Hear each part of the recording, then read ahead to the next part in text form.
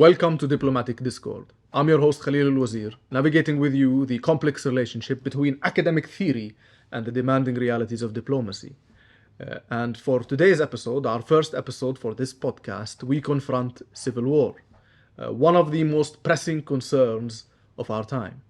Because you see, this societal crucible, it doesn't merely test nations, it molds them, it shapes them through hardship and survival. And it lays bare the vulnerabilities of our social fabric. So few matters could be more tragic than this one, because behind every casualty is a story. Behind every displaced individual is a dream. And in every aftermath lies a phoenix waiting to rise.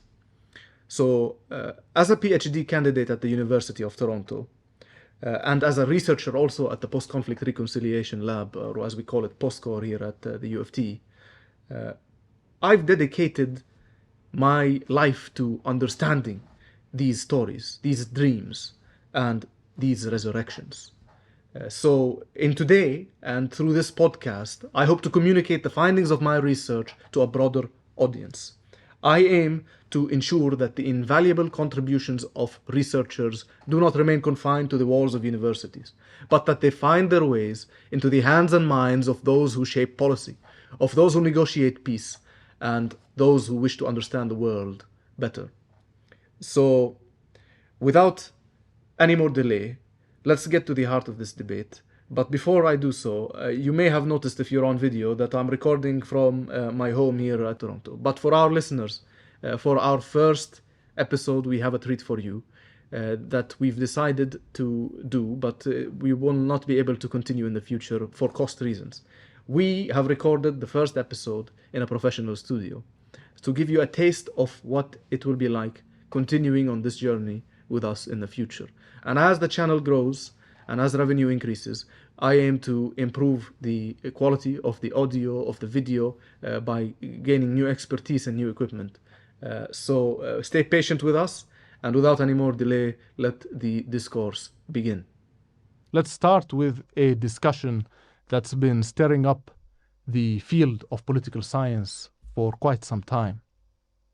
And this is the greed versus grievance debate about what really triggers a civil war. Is it lust for wealth and power, or the inherent injustices and inequalities, the grievances that spark the tinderbox of a civil war? And in one corner of this debate, of this intellectual ring, we have the greed theorists, those who argue that rebellions and conflicts are primarily driven by the selfish economic motives of the non-state actors involved. And then we have, at the other end of the debate, the grievance theorists, who believe that it is the collective discontent with social, political, or economic disparities that fans and fuels the flames of civil war. So we have then a veritable clash of paradigms, a sophisticated tug of war between the economic and the socio-political, both seeking to provide the most comprehensive explanation for why brother turns against brother, for why societies tear themselves apart. And by venturing into this multifaceted debate, by exploring its contours and its complexities, we seek to understand not just the genesis of civil wars, but the very soul of human conflict itself. So let's go back to the close of the last century, in 1999, where it all began. Two scholars, Firon and Leighton, were the trailblazing scholars in the field, trying to understand the whirlwind of civil unrest. And their models opened up a whole new perspective, throwing light on what fuels a rebellion. Their models shed light on the factors that boost a rebel group's prospects. And you might ask, what are these rebellion fuelers? You see, these factors include elements such as rough terrain, weak states, and administratively incompetent governments, and international financial support. And by this they mean financial backing given to rebel groups by external states or organizations. But that's not all they found. In the play of civil wars, they also discovered that an increase in a government counterinsurgency campaign usually does not deter these rebel factions. They found that when factors lent the rebels an upper hand, the government would often cede control and accept local rule. So imagine a civil war between a government and rebels, but the rebels have easy access to rough terrain that makes asymmetric guerrilla warfare possible, which favors the rebels. And also visualize a state that is weak and corrupt, and now add foreign financial and military support to the rebels into the mix, and the government doesn't stand a chance. But the dynamic isn't purely militaristic. The economic alternatives to rebellion, or the lack thereof, also play a significant role. And this is common sense. As the economic conditions worsen, as poverty deepens and economic growth stagnates, the call of rebellion echoes louder. And desperate backdrops make the life of a rebel shine with dangerous allure. And there's another twist in their models. A surprising finding that reinforces the greed hypothesis, that the more the terrain favored the government, the more the rebels were found investing in social support programs and adopting high-minded ideals. Because without the advantage of good terrain and a weak state and foreign support, with such bad odds, rebels are entirely dependent on the support of the local community. But when the tables turn, when the harshness of the land gives the rebels a place to hide and subsist, and when a feeble government leaves easily exploitable riches within arm's reach, the rebels grow more self-reliant. And under these conditions, the drive to provide public goods, to embody the welfare state in miniature, fades.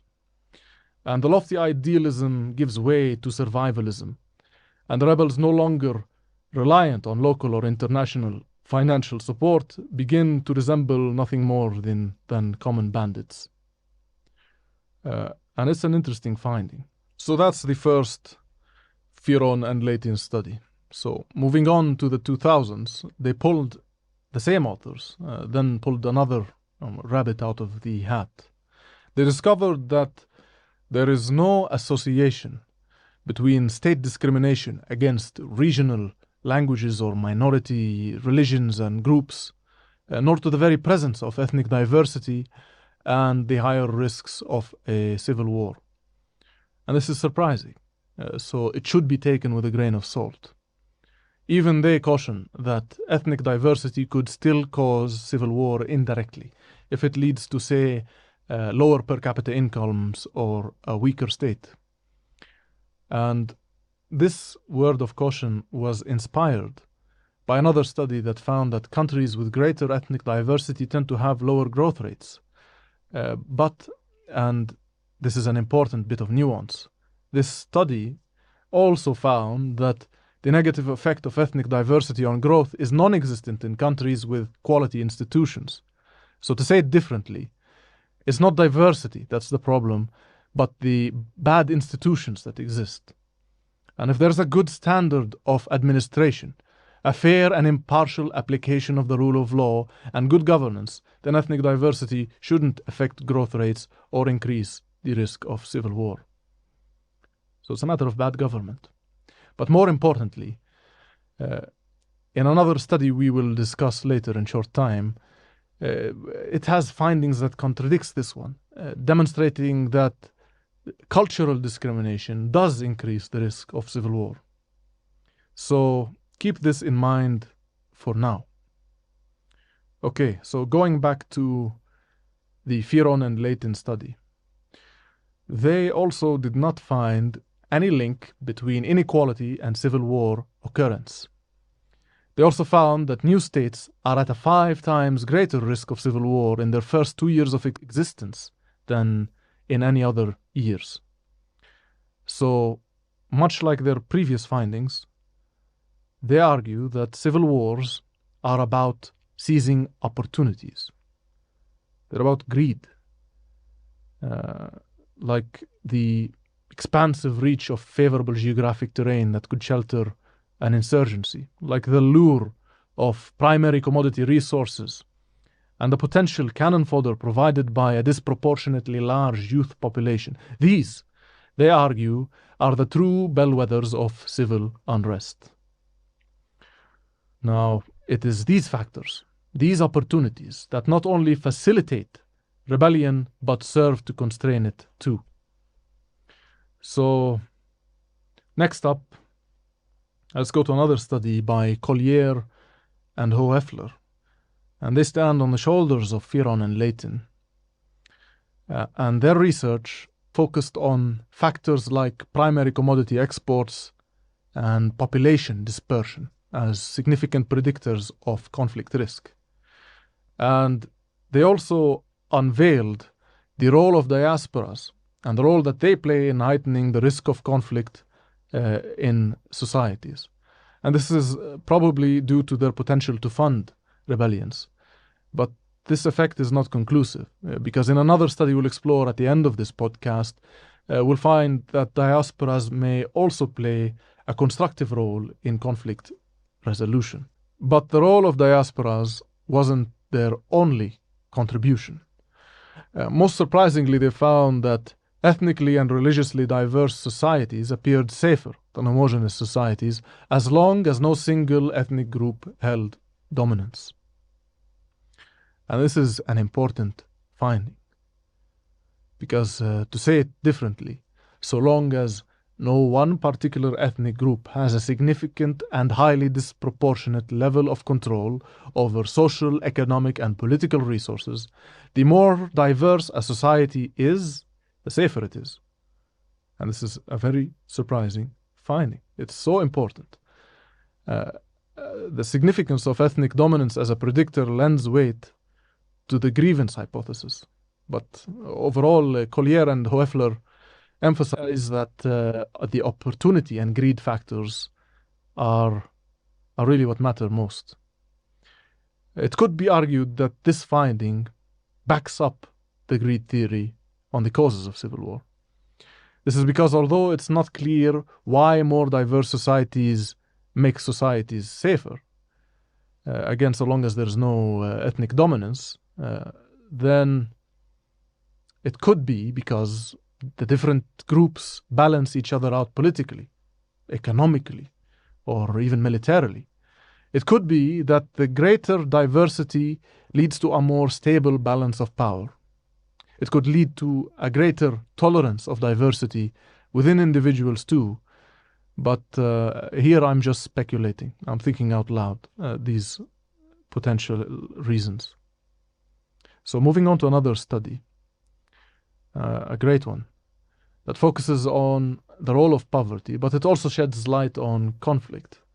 And when we look at the condition of the most downtrodden and forgotten people of our world, we find that they live in countries with common patterns of poverty. And Paul Collier, who was mentioned in the previous study, also led this path-breaking World Bank report called The Bottom Billion, which examined the common causes of the collective misery of the bottom billion people, the poorest people on the planet. And in this report, they identified conflict as one among 4 prime culprits behind the crime of poverty. And the other 4 colluding conspirators, the other factors that lead to poverty traps are 1, the curse of natural resources and a dependence on them, and 2, the geographic isolation of landlocked countries with bad neighbors, and 3, the depraved indifference of corrupt leaders in small countries. So, to recap, it's conflict, natural resources, being landlocked, and corruption in small countries. Just one of these, especially conflict, is enough to plunge nations into a downward poverty spiral. And you know the scary part? Most of the bottom billion suffer from a combination of these factors, and that these factors don't operate in isolation. They feed off each other, creating a cycle of poverty and conflict that is very difficult to break. So, to say it differently, academically, there are multi-causal relationships between the four. Conflict and civil wars in particular are heavily associated with low incomes and slow growth.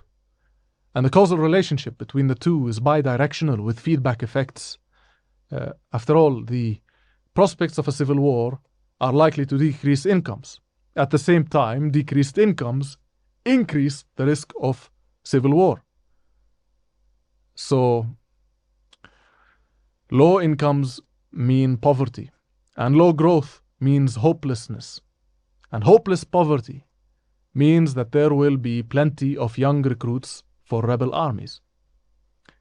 So, the logic is sound. And the data backs this up. A weak economy usually leads to a weak state, and a weak state invites easy rebellion. And let's not forget the role of natural resources and the role that they play in fueling conflicts. So they not only incite them, but foreign interests might even back a rebellion in exchange for a share in these resources. And it's a complex picture. And it's a great study, one of the best that's been published so far. So, on one side of this ongoing debate, we have teams like Paul Collier's and Firon and Leighton's greed hypothesis proponents. And they argue that in the unpredictable chaos of civil wars, only statistical associations can be relied upon as guides.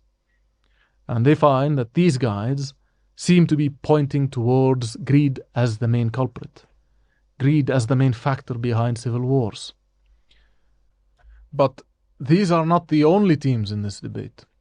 The fact that greed factors matter was also demonstrated indirectly by a man called Gates, who studied rebel recruitment. And in his work, he laid bare the logistical struggles that confront rebellions spread across extensive geographies. And in such scenarios, rebel leaders face the daunting task of ensuring discipline and allegiance from soldiers who are often stationed miles away from the core command. And this distance, you see, it poses a significant challenge. The further away soldiers are stationed, the harder it becomes for rebel leaders to enforce discipline and penalize disloyalty. So, what's the solution to this predicament? You might be curious. And it turns out to be a matter of incentives, of creating a potent blend of rewards sufficient to foster loyalty and deter defection. And Gates's research shed light on this complex relationship. He discovered that soldiers operating further away from the leadership tended to receive greater benefits. It's a sort of compensation for their distance, if you will. And his findings, they go beyond the straightforward quid pro quo. He found that the sheer breadth of a rebel group's geographical reach is fundamentally tethered to the lowest level of benefits that it can afford to distribute among its ranks. Anything less, and the risk of rebellion and defection becomes louder, and it becomes a looming threat. So, if you can't pay the soldiers on the geographic frontiers the bare minimum, which usually is still at a premium, then don't expect the frontier to last very long. Rebellion no longer becomes feasible. And it's a testament to the power of so-called greed factors and their role in shaping the trajectory of rebellions. So that's Gates' study. Then there's another study by Kennedy in 2019 in her exploration of the tango between political inequalities and recurring conflict among ethnic groups. And her findings suggested that the relationship between an ethnic rebel group redressing their grievances and recurring bouts of fighting is insignificant, which further weakens the case for grievances. Instead, she finds that economic development held as the strongest indicator of future conflict, demonstrating that post-conflict development reduces subsequent episodes of violence. So it's a sort of finding that fits with the rising tide lifts all boats adage. So that's most of the greed literature. And in wrapping up our discussion, it's crucial to re-emphasize the nuances of this argument. That greed within this framework, within the framework of this debate, is largely about the economic motivations driving civil wars. And it captures elements like the struggle over control of the lucrative resources, like the opportunities for financial gain in a state of conflict, or the role of war economies that may profit certain factions and perpetuate conflicts. However, it's important to underscore that greed is not merely a characteristic of individual actors. It's often deeply entrenched within larger systemic and structural issues. So, as we pivot our discussion towards grievance and that side of the debate, it's essential to keep these considerations in mind. After all, understanding the complexities of civil wars requires a multifaceted, dynamic exploration of both greed and grievance factors. Now, in this spirit, grievances are also not just a mere passing annoyance or a temporary discontent. It's a deep seated sentiment of injustice. It's an oppressive feeling that one's voice has been stifled and their needs overlooked. To understand this context, imagine a society rich in resources but where wealth is the privilege of the few, and the majority remain spectators in their own land.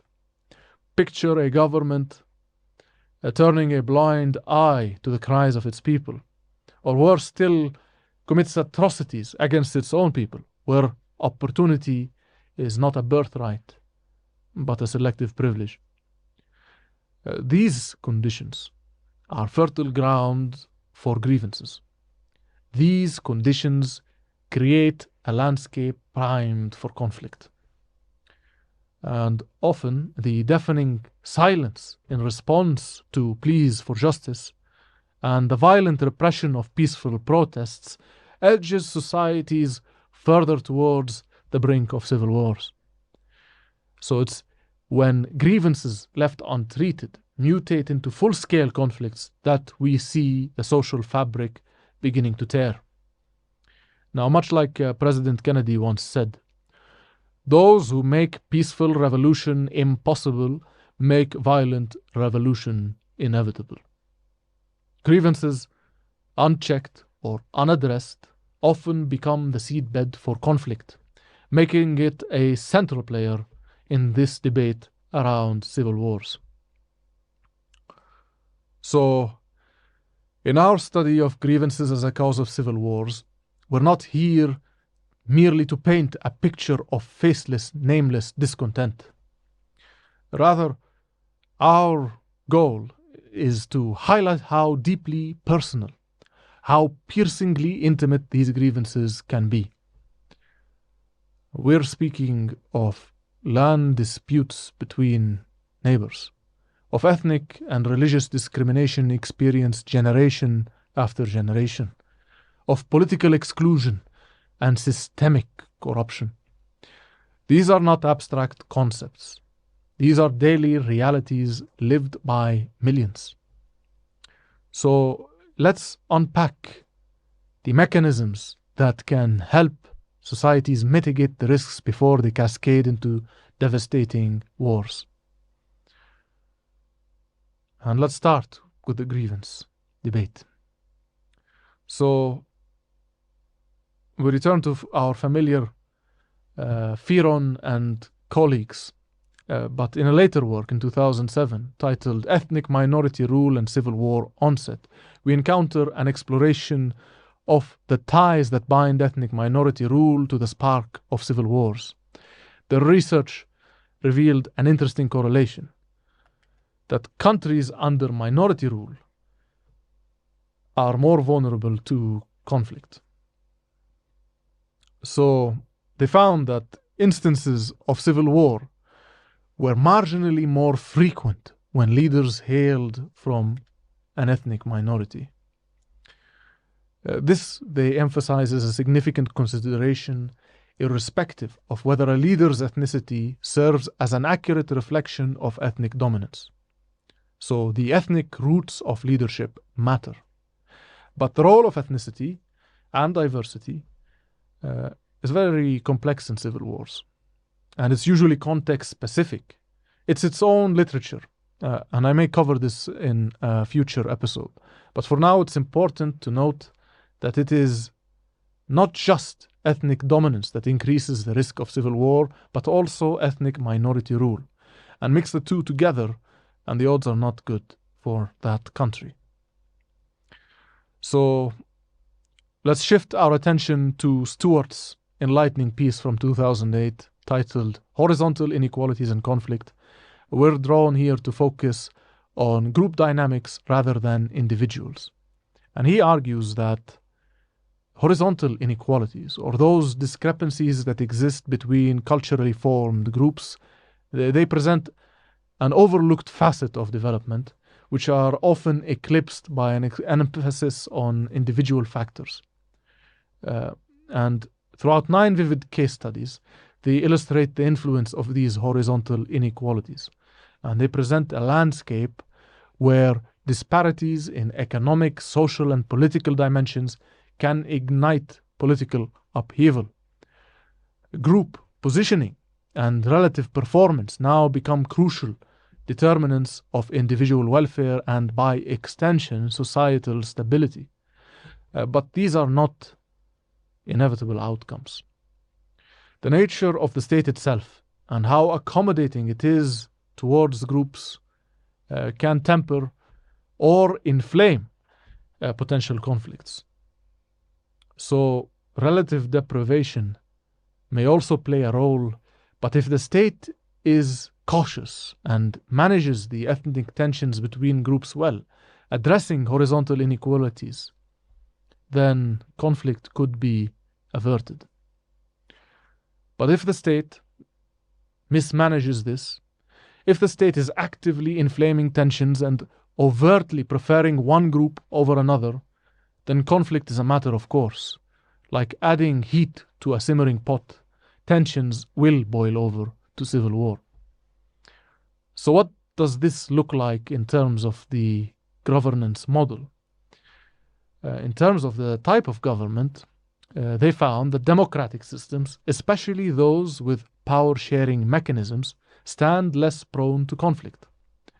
But this finding should be taken with a grain of salt, as another study by Hegre and colleagues in 2001 discovered that there's an inverted U-shaped relationship between democracy and civil war occurrence, meaning that countries that are in the middle between democracies and autocracies, these countries are called anocracies, that these anocracies are much more prone to conflict. And they're usually democratic systems that are backsliding to authoritarianism or autocratic systems transitioning to democracies.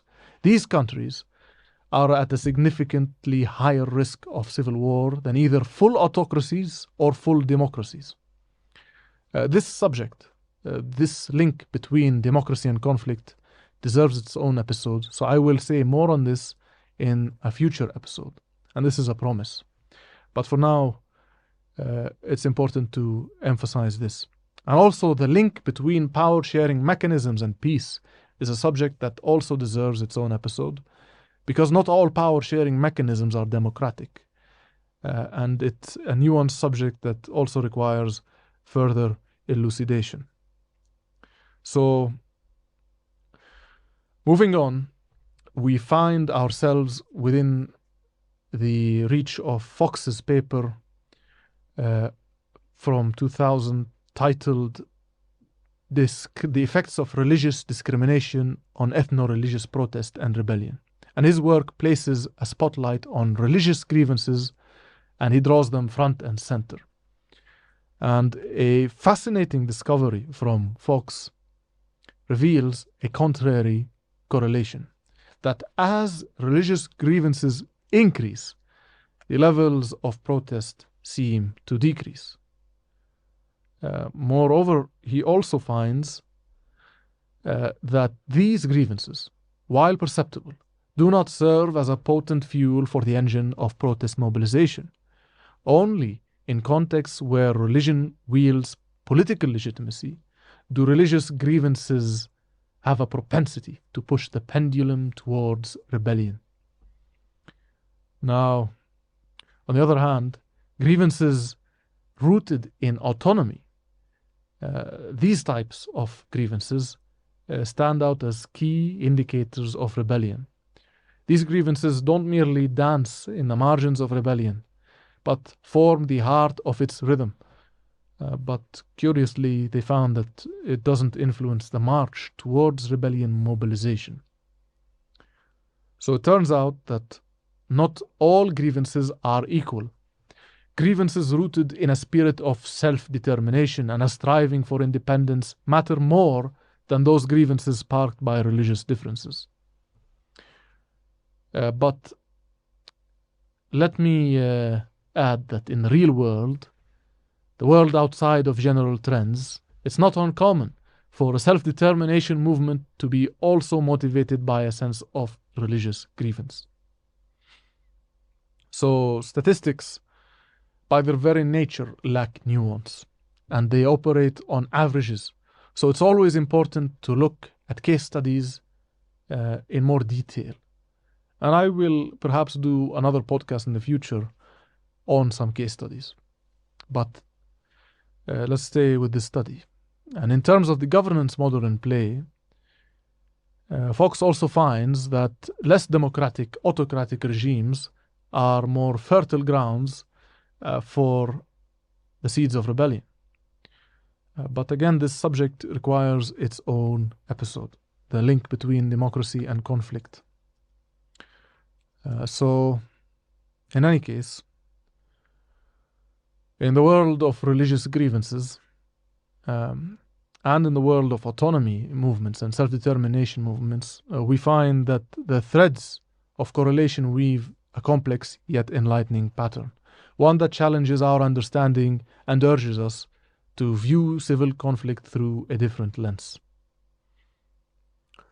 So, getting into the more nuanced approach of another thinker, Barbara Walter, in her 2006 study, she dives into how governments make decisions when facing separatist challenges.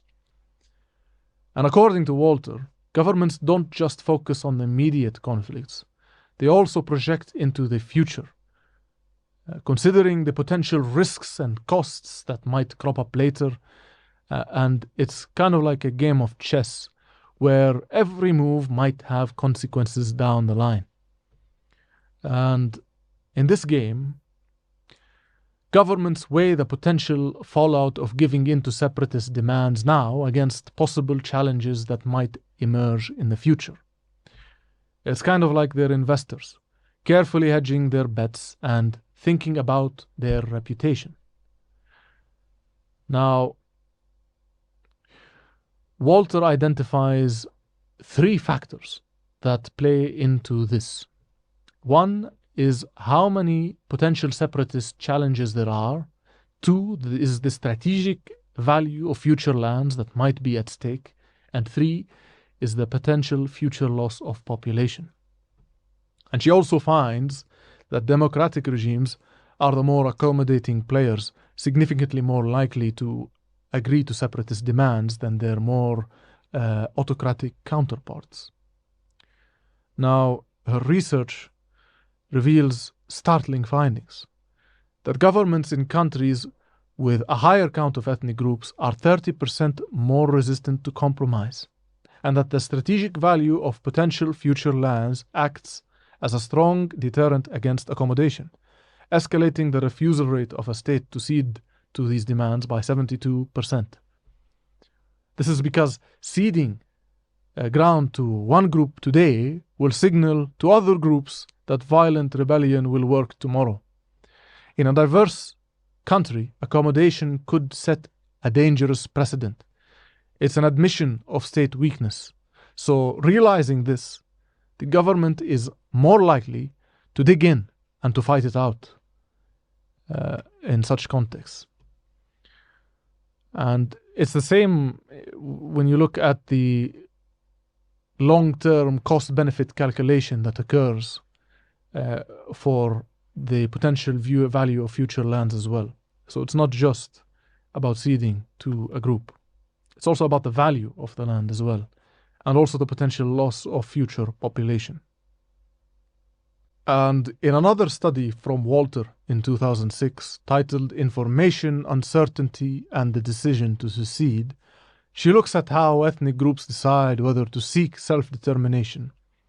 It's the opposite side of the same coin, this time taking us beyond the surface of the present scenario of whether a government should accommodate or fight it out, to unpack the choices available to particular groups wishing to rebel.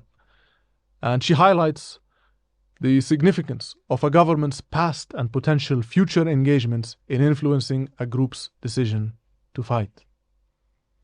And her research covers ethnic groups in many different countries over 6 decades, and it turned up some pretty interesting findings.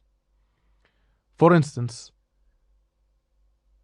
the more ethnic groups there are in a country, the less likely self-determination movements are. And she found that ethnic groups on the fringes of political power are nearly 10 times more likely to turn to violent conflict.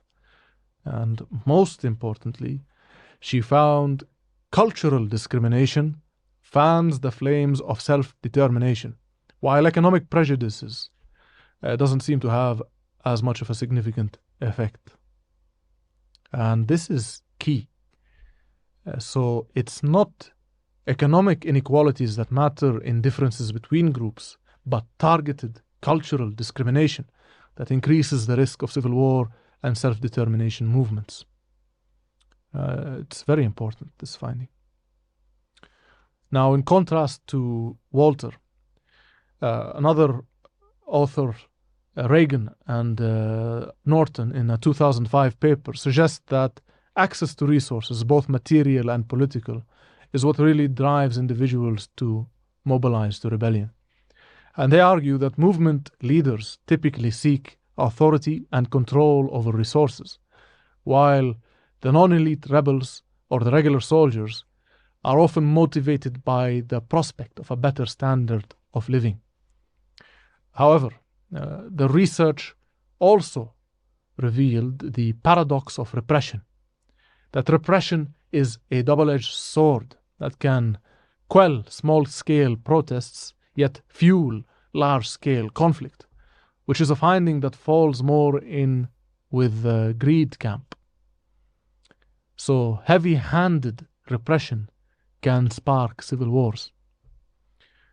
Now, on the similar note of grievance, the research also found that cultural diversity increases the chance of civil wars by 12%, but non-discriminatory policies can decrease it by 90%.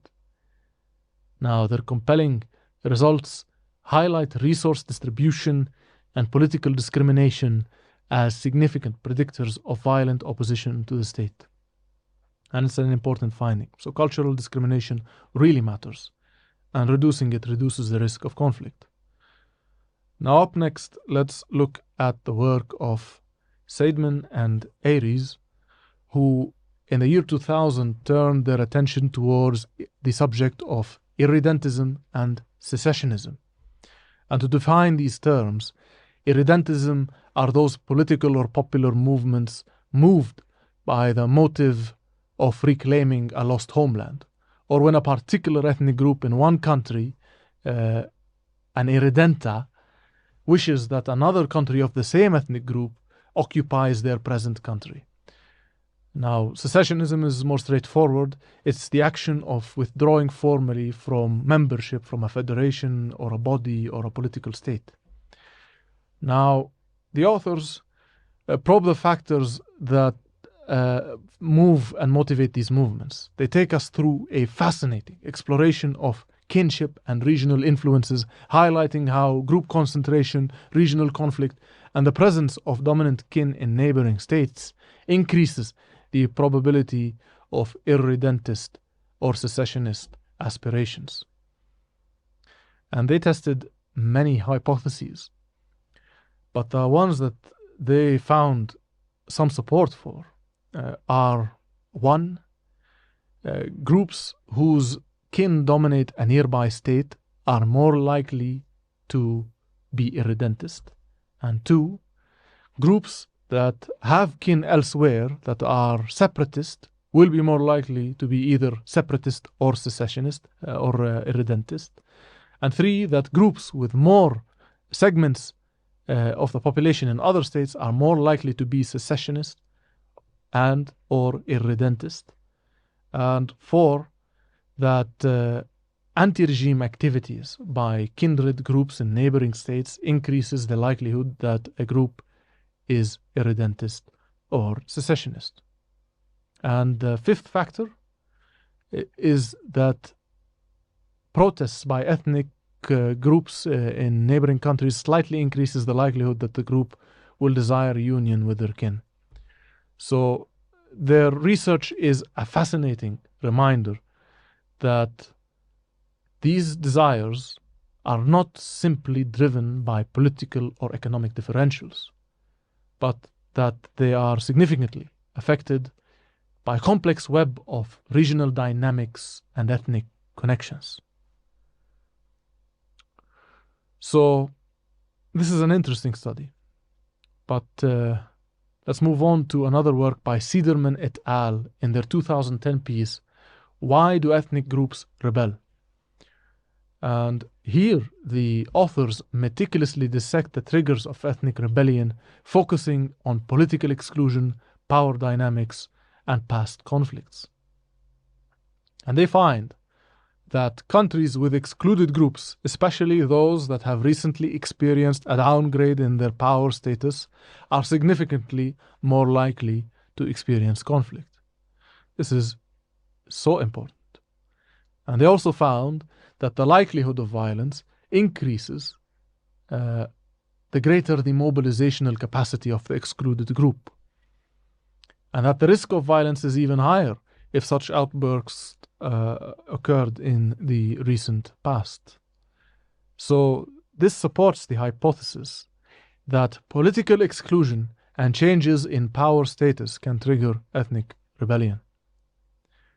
And again, this is extremely important. The fact that excluded groups, especially groups that have lost power in the recent past, increases the potential of civil war. But interestingly, the authors also noted that the excluded group's capacity to challenge power is not only contingent upon their size, but also on their organization and their past conflict experiences and the varying perceptions of government legitimacy. So why this is important? It's important because it's related to many of the previous studies we've mentioned. And the subject of ethnic conflict requires its own episode, but we've already covered a few key pieces from this literature. And we've demonstrated, for example, that in some cases, ethnic diversity, the more diverse a society is, the safer it is, that the risk of conflict increases when there is ethnic dominance, where there's one group that controls disproportionately political, economic, and social resources. And we've demonstrated that when an ethnic minority is in charge of government, when a leader of a government hails from an ethnic minority, then the risk of civil war is higher as well.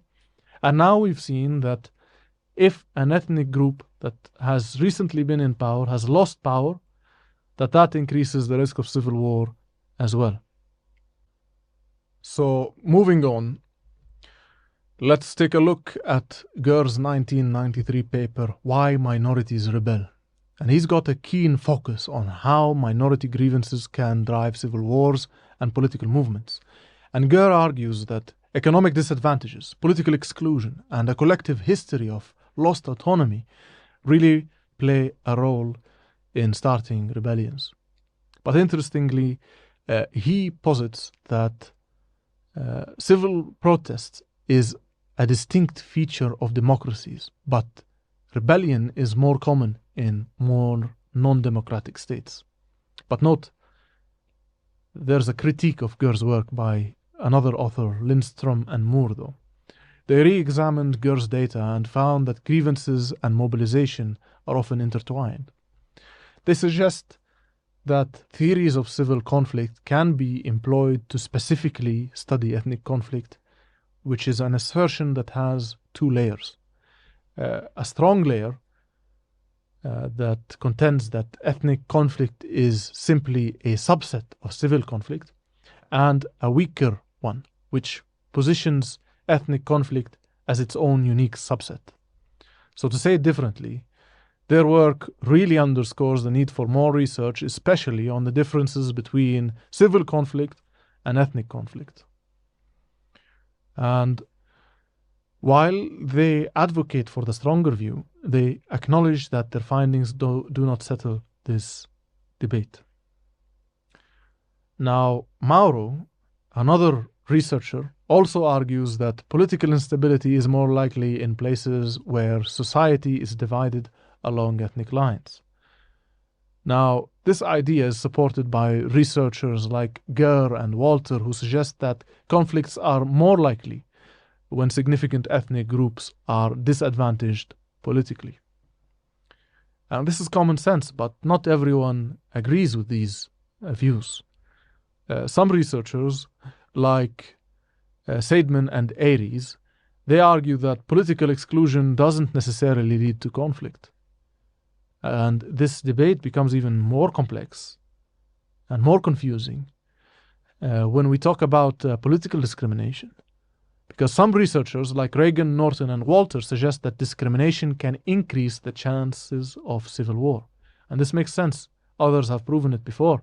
But some authors like Fox, for example, don't find such a relationship in their studies. And even Gur, who emphasizes relative deprivation, was mentioned earlier. Even he suggests that discrimination might even decrease the chance of ethnic conflict. And this is in another study that he does. And it's surprising because you see the research is all over the place. And whether institutional frameworks make tensions worse seems to depend on each individual case. So this suggests that we need more research on this topic, and we need more detailed comparisons of specific cases to try and figure out what's really going on. And I'll do this in the future. I'll create an episode on this sometime. Not soon. The first one will be on democracy, but sometime in the future. So our next stop is through the work of Rothschild and Groth in their 1995 publication titled The Pathological Dimensions of Domestic and International Ethnicity. And in this piece, they suggest that modernization, our path to an evolved, technologically advanced society, can act as a magnifier of ethnic conflicts. That rapid disruptive changes can incite a societal stress and birth new social forces and interests that vie for power and scarce resources, upsetting socio-political equilibriums and sparking conflicts. Now, many will recognize this argument from Huntington's 1968 work titled Political Order in Changing Societies. However, there's a plot twist here. Modernization typically goes hand in hand with economic growth. So how do we reconcile this with the empirical evidence suggesting that states with booming economies are actually more stable and less likely to face external and internal conflict? It's crucial to realize that not all growth is created equal. Uneven growth can stir up deep-rooted grievances, setting the stage for future conflict. Plus, other economic factors like regional inequalities, job loss, inflation, and heavy taxes can also fuel political rifts and throw in a shaky state that is struggling for legitimacy and efficacy, and you've got yourself a recipe for societal meltdown. And let's not forget the global stage, where ideas related to self-determination, racial equality, and liberalization can quickly cross borders due to modern communication, adding fuel to the fires of internal discord, a fire that can sometimes be exacerbated or quelled by the interventions of external powers. So, what do Rothschild and Groth suggest as a remedy to this situation? A situation where modernization can act as a destabilizer. And the answer is building bridges between communities through cooperation and instituting new frameworks. But they caution that if the divisions run too deep, then this may not work. But I'm of the view that usually the more you modernize, the more stable a society tends to become, because growth is a stabilizing factor. And another contribution to the question of the role of ethnic grievances in instigating civil wars was also helped by the Political Instability Task Force in a very important study.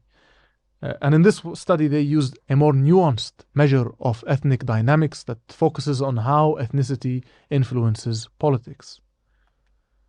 And they found that it is not the presence of ethnic diversity, but the orientation of politics around ethnicity that increases the risk of a civil war. Factionalism, which is when political parties form on ethnic or religious fault lines and on racial identities, that is the problem. So it's when politics becomes enmeshed with ethnicity that you have the risk of civil war.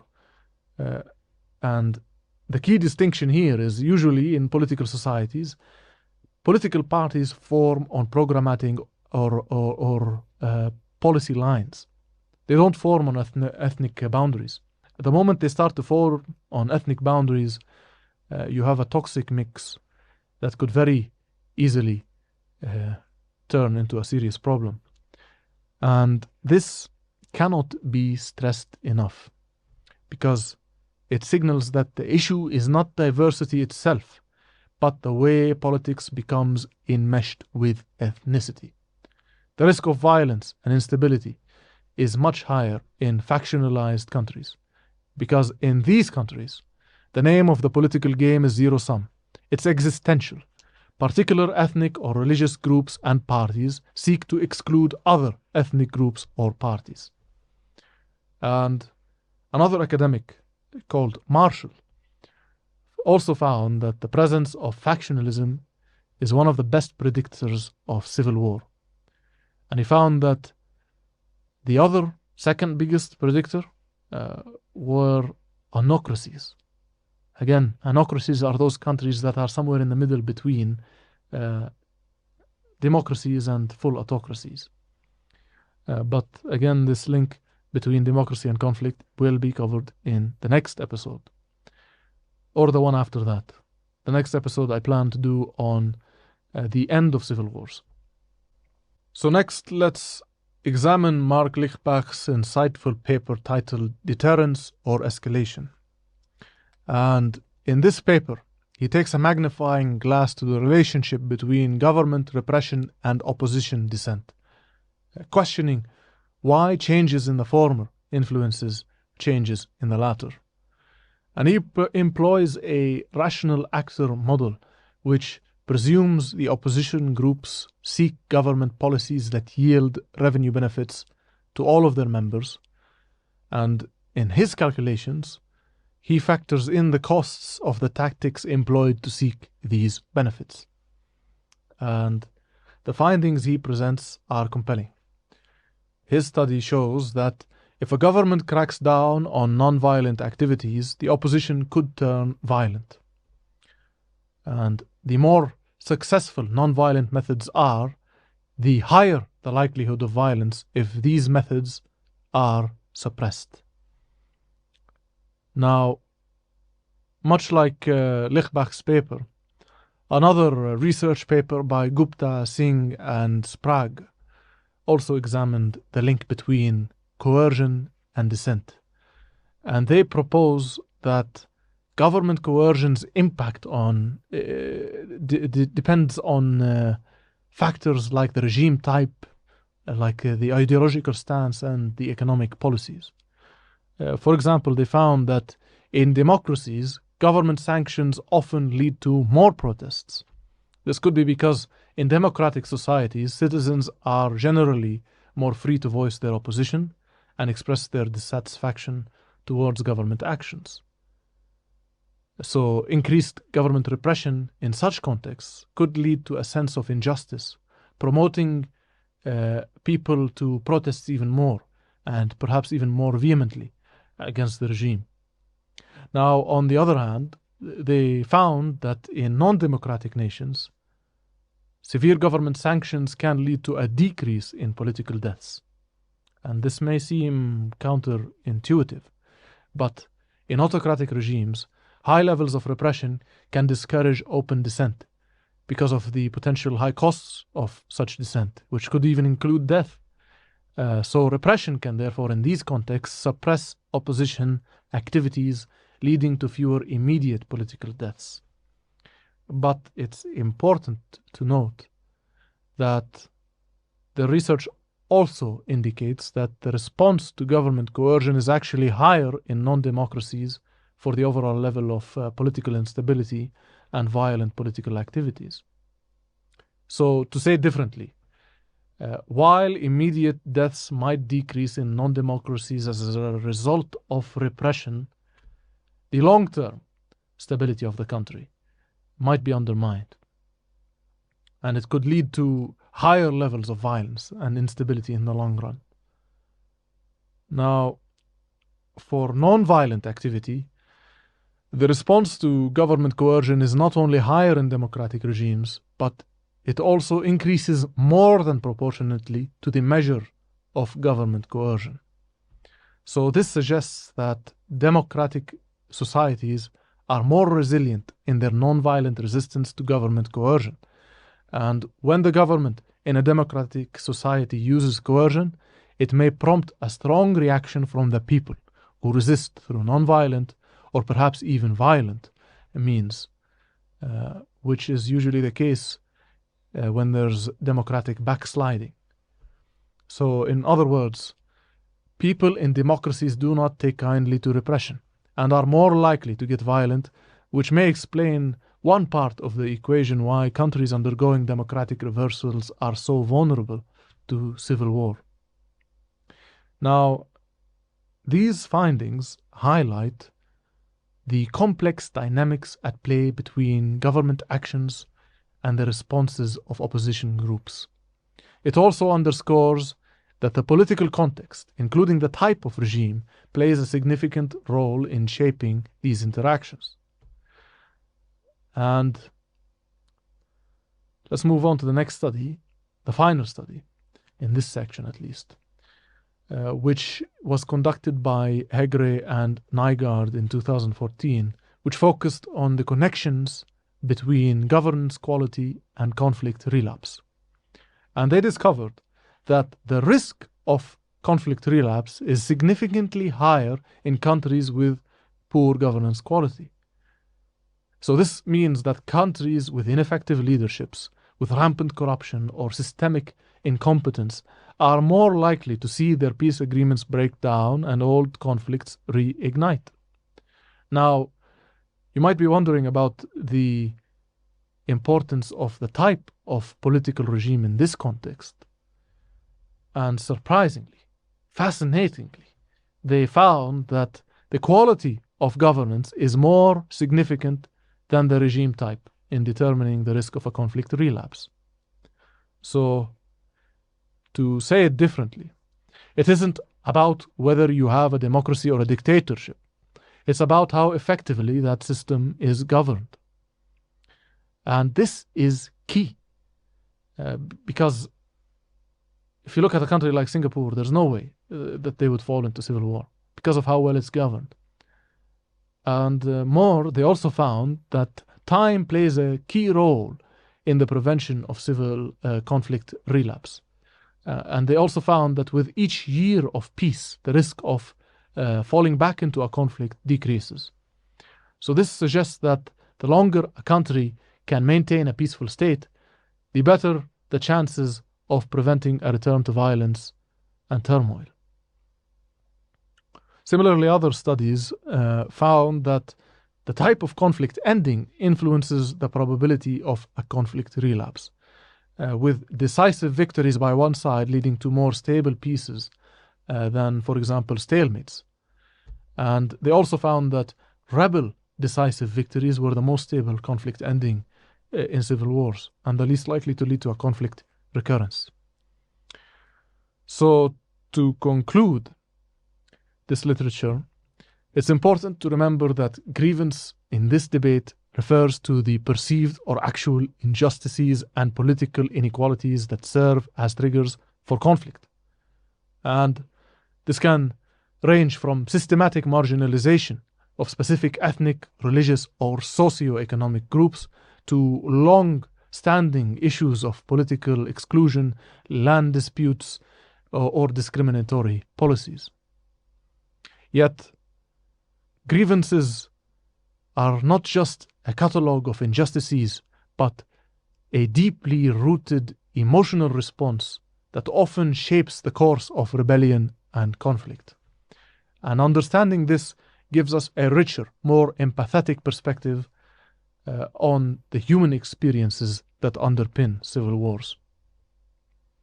As we transition to examine the interplay between greed and grievances, it's crucial to maintain this nuanced perspective, recognizing that civil wars are not simply fueled by singular motivations, but rather by a complex and often volatile mix of both greed and grievance. So, now that we've covered both the greed and grievance literatures, it's becoming clear that it's not all black and white. It's not either greed or grievance, that it can be a complex interaction of both factors. And to think of this in concrete terms, let's consider a state rich in natural resources. The greed to control these resources may not just stem from an insatiable lust for wealth, but also from the grievances born out of an unequal resource distribution. And imagine a society where deep-seated grievances over political exclusion or ethnic discrimination exist. It may so happen that these grievances become a guise, a rallying cry for leaders who are in fact driven by greed for power and or control. So this, my friends, is where greed and grievance meld, often making it hard to determine where one ends and the other begins.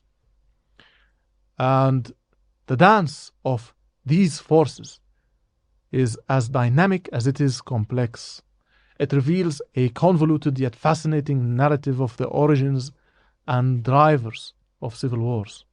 So, let's start by diving into the findings of Collier and colleagues in their thought-provoking study, beyond greed and grievance, feasibility and civil war. And they highlight the importance of diversity, or rather ethno-linguistic fractionalization and its connection to civil wars. Think about a country with a wealth of different ethnic and linguistic groups. Although these nations are cultural melting pots, they are also unfortunately more prone to civil conflict in their findings. And according to their study, a rise in social fractionalization from 18 to 36% increases the risk of a conflict from 4.7% to 7%. And that might not seem like a huge jump, but in the world of social sciences, it's a significant finding. But again, I would stress that when we place the findings within the broader literature, we can more directly know if this is valuable or not. And in this case, I don't think it's as valuable, because remember, we found in the other studies that ethnic dominance, not diversity, was the problem. We also found that ethnic minority rule was a risk, and that cultural discrimination fuels tensions, and that the loss of power by a group is also dangerous. Yet in this study, they find that ethno-linguistic fractionalization in general is correlated to the risk of civil war occurrence. So what do we make of this? Well, it's probably case-specific. This is a general overview statistic that doesn't tell us much about the causal nature of diversity and civil war. There are other factors that could be causal, but highly related to ethno-linguistic fractionalization as an index. And they could be more responsible for the risk of a civil war. And again, these are ethnic dominance, ethnic minority rule, the loss of power of an ethnic group, especially if that ethnic group was a formerly ethnically dominant one with mobilizational capacity, and also cultural discrimination. So that's important to keep in mind. So next, let's look at the study by Sambanis's literature review, and he focused on the world of civil war research, and he built on the findings of Collier and Hoeffler, placing a sharper focus on the interplay between poverty, education, and violence. And he uncovers a powerful truth, that the risk of a civil war significantly drops when economic policies boost per capita income, raise education levels, and better public health. And the power of this revelation is profound. That an educated mind, a healthy body, and a decent living standard, these aren't just individual goals, but that there's collective safeguards against the horrors of civil war.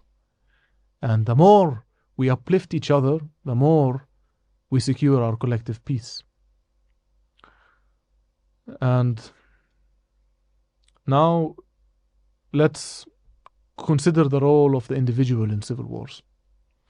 In Walter's 2004 study, she suggests that the decision to join a rebel organization hinges on a combination of conditions. Imagine yourself in the aftermath of a war, and the echoes of gunfire have started to fade, but the memories still linger. And now you're faced with a question: to re-enlist or not. And this decision, Walter finds, isn't born out of thin air, but from two conditions. One, there's misery, a profound dissatisfaction with your current situation. And two, there's a lack of voice, a stifling sense that non-violent avenues for change are out of reach. And so from the ashes of one conflict, the seeds of the next are sown. Yet, in another finding, Walter presents us with a glimmer of hope. She notes that if the grievances of the previous war are fully resolved, the likelihood of renewed conflict diminishes. So where does this fit into the broader greed versus grievance debate? The key is understanding why individuals choose to join rebel groups. It's about the political and economic factors at play when conflicts end. To extinguish the flames of war, we must douse both the political embers and the economic sparks. So now, next, let's move on to the work of Stathis Kalyvas. He wrote an influential book called The Logic of Violence in Civil Wars, and he pulls us away from the view that civil wars are just chaotic, senseless bloodbaths, and instead he urges us to see a pattern, a logic to the violence that unfolds. His work dismantles the notion that civil wars are primarily driven by ethnic or religious passions. Instead, Kalyvas invites us to consider the complex web of local level dynamics, individual motivations, and contextual factors that drive violence in civil wars. And to say more, he insists we consider the local composition of resources and their competition over them, the local power dynamics or the long-standing feuds that exist. Invites us to look at individual motivations, like the degree of ideological commitment, like the role of coercion or personal vendettas. And he encourages us to recognize the broader context, the political climate, the foreign actors involved, and the geography and social inequalities that exist. So think of it as a dance of violence, shaped by a strategic calculus of local social networks, individual incentives, and the interplay between civilian and armed actors. Rather than a free-for-all carnage, he argues that civil wars are instead highly selective, they're localized, and that they are dictated by this dance. And the true victims of this dance are usually not the immediate targets. Often they're caught in the crossfire, innocent bystanders swallowed by the tide of conflict. Matt Berdal similarly unpacks the grievance binary, and he warns against oversimplifying complex realities, that we need to consider socioeconomic factors, geopolitical influences, and the cultural nuances that often get lost in a simplistic binary. For instance, Berdal delves into the role of diaspora income. Far from being a singular force, diaspora income can be both balm and bomb. In some contexts, it plays the role of a humanitarian lifeline, and in others, it may stoke the fires of conflict. And also, economic motivations, often painted with a broad brushstroke of greed, needs a more nuanced understanding. That at times, these motivations challenge the narratives of civil wars as irrational or primordial, providing a rational economic perspective. But upon closer inspection of some of the case studies that he examines, Berdal found that greed explanations of civil wars often turn out to be unsustainable and perhaps misleading or even suspect or problematic. But a few case studies, in my opinion, is not enough to challenge a consistent statistical finding that the narratives of war can often be traced back to economic interests, the allure of wealth from resources, the enticing opportunities for looting and plunder, and the seductive promise of political power, that these all fan the flames of violence is demonstrated in study after study. After all, weak states with exploitable resources seem to be the stage upon which civil wars most often perform their violent dances.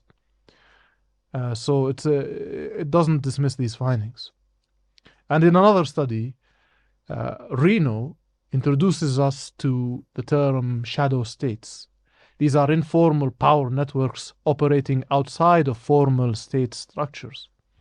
And these elusive entities have significant roles in conflicts, providing resources, support, and perpetuating cycles of violence. And it's important also to emphasize the global dimensions of civil wars. In an age of interconnectedness, conflict does not exist in isolation. The global demand for resources and the influx of cheap weaponry contribute to the conditions where conflict can flourish.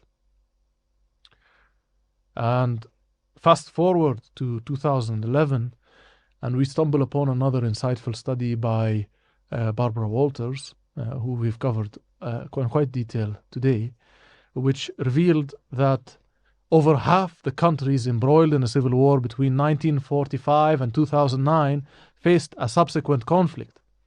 And such a number is a chilling testament to the cyclical nature of these tragedies.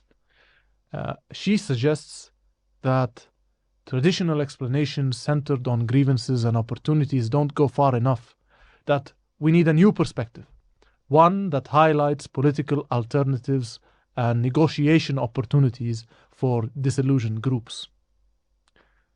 And she also emphasized an important truth, that for a government that can neither vanquish rebels nor credibly broker peace, continuous conflict becomes a bleak inevitability. And echoing previous findings, she also found that good governance, respect for citizens' rights, and the rule of law, that these factors can prevent violence from re-emerging. But other factors like abundant natural resources, a weak central government, or difficult terrains which shelter insurgencies, these can ignite conflicts. And she found that low education and income levels can make the path of rebellion more attractive. The promise of greed becomes a powerful lure for individuals in these contexts. So it's a mix of both greed and grievance factors that matter. But even then, that is not the full picture.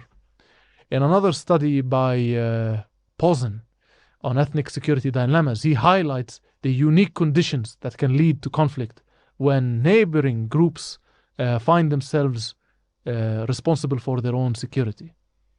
And his study is a story on the role of insecurity in driving conflicts.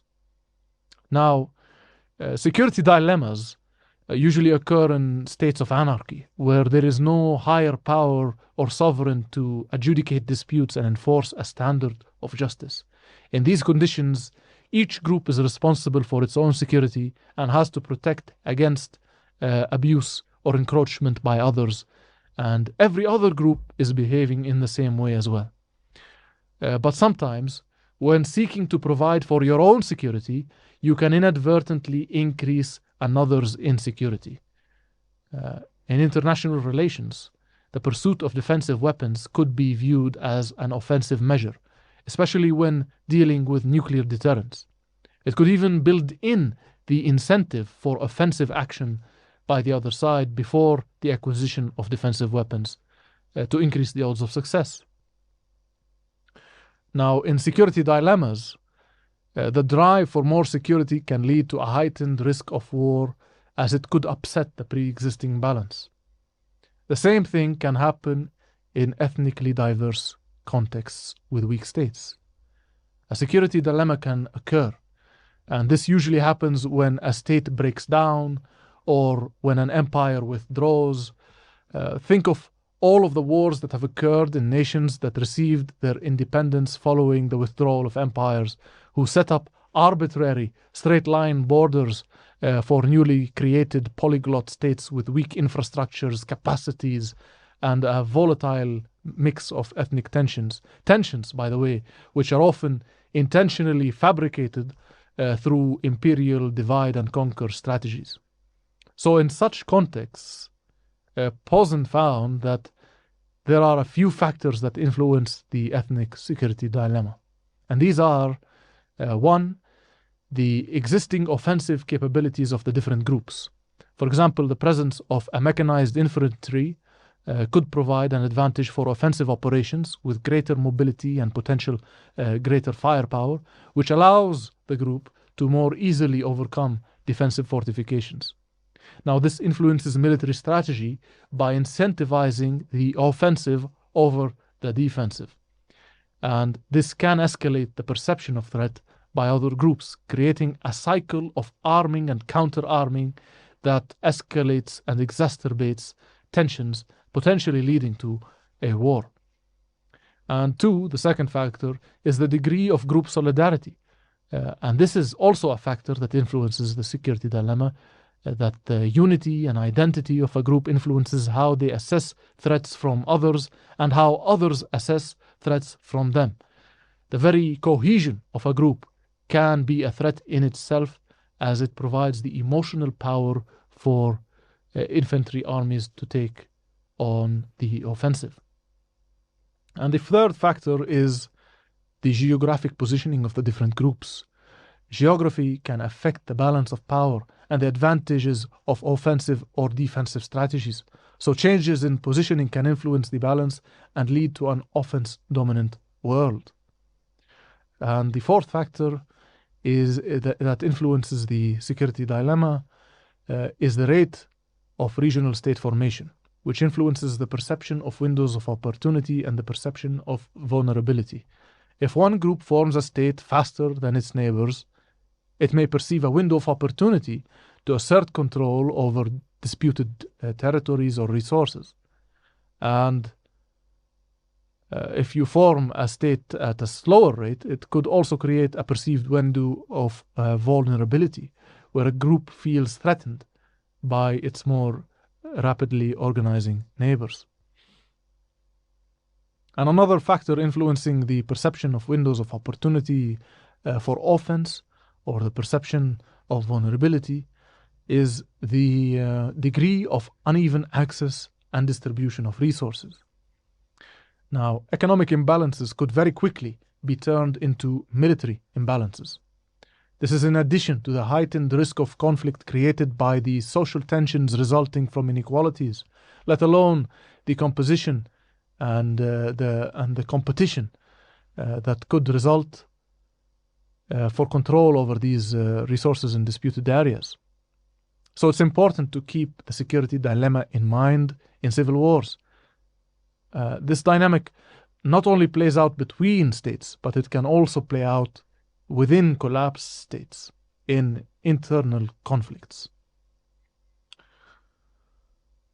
So that's the literature. But remember, a civil war is not a singular event, but a point on a continuum of conflicts that exists in a spectrum shared by coups, by uprisings, riots, and demonstrations.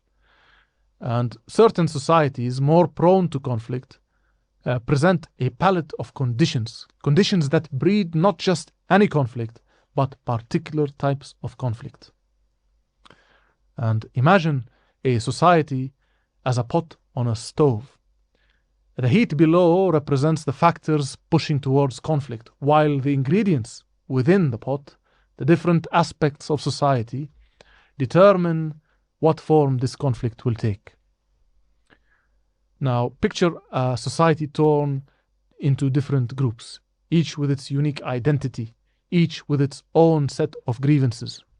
In this situation, a potential rebel leader has a motivational and organizational advantage. They can rally people around a common identity, a common grievance.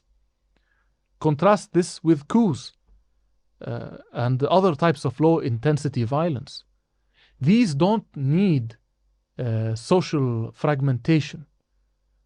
They need different types of organizational advantages. Civil wars, my friends, are not isolated events. They're often links in a chain of violent incidents. A country that has seen a coup is more likely to see a civil war. A violent demonstration today is a portent of civil unrest tomorrow. So history, it seems, has a habit of repeating itself. The causes of civil wars are so multifaceted, so diverse, that every day we identify a new risk factor. We are continuing to learn that it is not just about economic hardships or political grievances, it's also about the erosion of the environment, the level of living standards, the nature of the ruling regime, and even the age structure of the population. So environmental degradation, for instance, can spark traditional conflicts, but it does not guarantee conflict. The state's capacity to handle these challenges can be a deciding factor, a hand on the scales. And similarly, low living standards can lead to state failure, as can the early years of a new regime. But it's not only the broad strokes of society that matter. The finer details too have their role. Consider, for instance, the ruling elite's ethnic makeup or the presence of a youth bulge. Ethnic wars become more likely when a single group dominates power, whether from a minority or from a majority. When a dominant group loses power, when the youth form a large chunk of the population, it can turn into a ticking time bomb, primed to explode into ethnic conflict. So the causes of internal wars are like 1,000 threads, all tangled together. They involve our history, our economy, our leaders, and our institutions. They reflect the state of our environment, of our living standards, our governance, and our demographics. So, to understand civil wars, we must unravel this tangled ball of threads. So, friends, as we conclude our exploration of the causes of civil wars, let's take a moment to reflect on the literature. We've covered the dark depths of greed, casting a light on its role as an instigator of conflicts, drawing societies into the turbulent waters of discord. And we then moved to grievance, examining the deep roots in feelings of injustice and marginalization. And we found that these grievances, while pervasive, often need the fuel of opportunity, the kindling of circumstance to truly ignite into the flames of conflict. And we've seen that neither greed nor grievance alone can account for the complex tapestry of civil wars. Much like the threads in a cloth, these forces intertwine, one giving strength to the other, together forming a complex pattern that leads nations into the throes of war. So, we've come to understand through our exploration that both these elements matter, that both feed into the onset of civil war. Take, for instance, the case of Syria. It was a society steeped in latent grievances, but it took the infusion of opportunity, sparked by foreign financing and inflamed by violent repression, to descend into the tragic abyss that the country is in today. And now, this is a great example, because this literature isn't just a collection of words on a piece of paper or mundane statistics. As we conclude today's podcast, I would be remiss if I didn't remind us of the stark reality of civil wars, of the lives lost, the societies disrupted, the human potential wasted. These are not just theoretical debates, but real-world tragedies. So, even in this context, amid the bleakness, there's always a glimmer of hope. Drawing on the research of a notable scholar, a psychologist, Steven Pinker, we find that the frequency of civil wars is in fact on a decline. That the world, it seems, is steadily moving towards a more peaceful existence. But let's not be complacent, for this trend is not set in stone. It requires our constant vigilance, our unwavering commitment to diplomacy, to ensuring that disputes are resolved at the negotiation table and not on the battlefield. So, in our next podcast, we'll delve into the end of civil wars, where we'll explore the ways and means through which societies move beyond conflict and towards resolution. So I urge you, my friends, to stay with us on this journey. It's a path that takes us through the darker corners of our shared human experience, but it's also one that leads us to the brighter realms of possibility, of hope. So, stay with us, stay tuned, and remember that in the grand tapestry of human history, it's upon us to be weavers of peace, to strengthen the threads of understanding, and to ensure that the patterns of conflict give way to designs of harmonious coexistence. So, thank you, dear listeners, and until next time, stay vigilant, stay hopeful, and above all, stay engaged.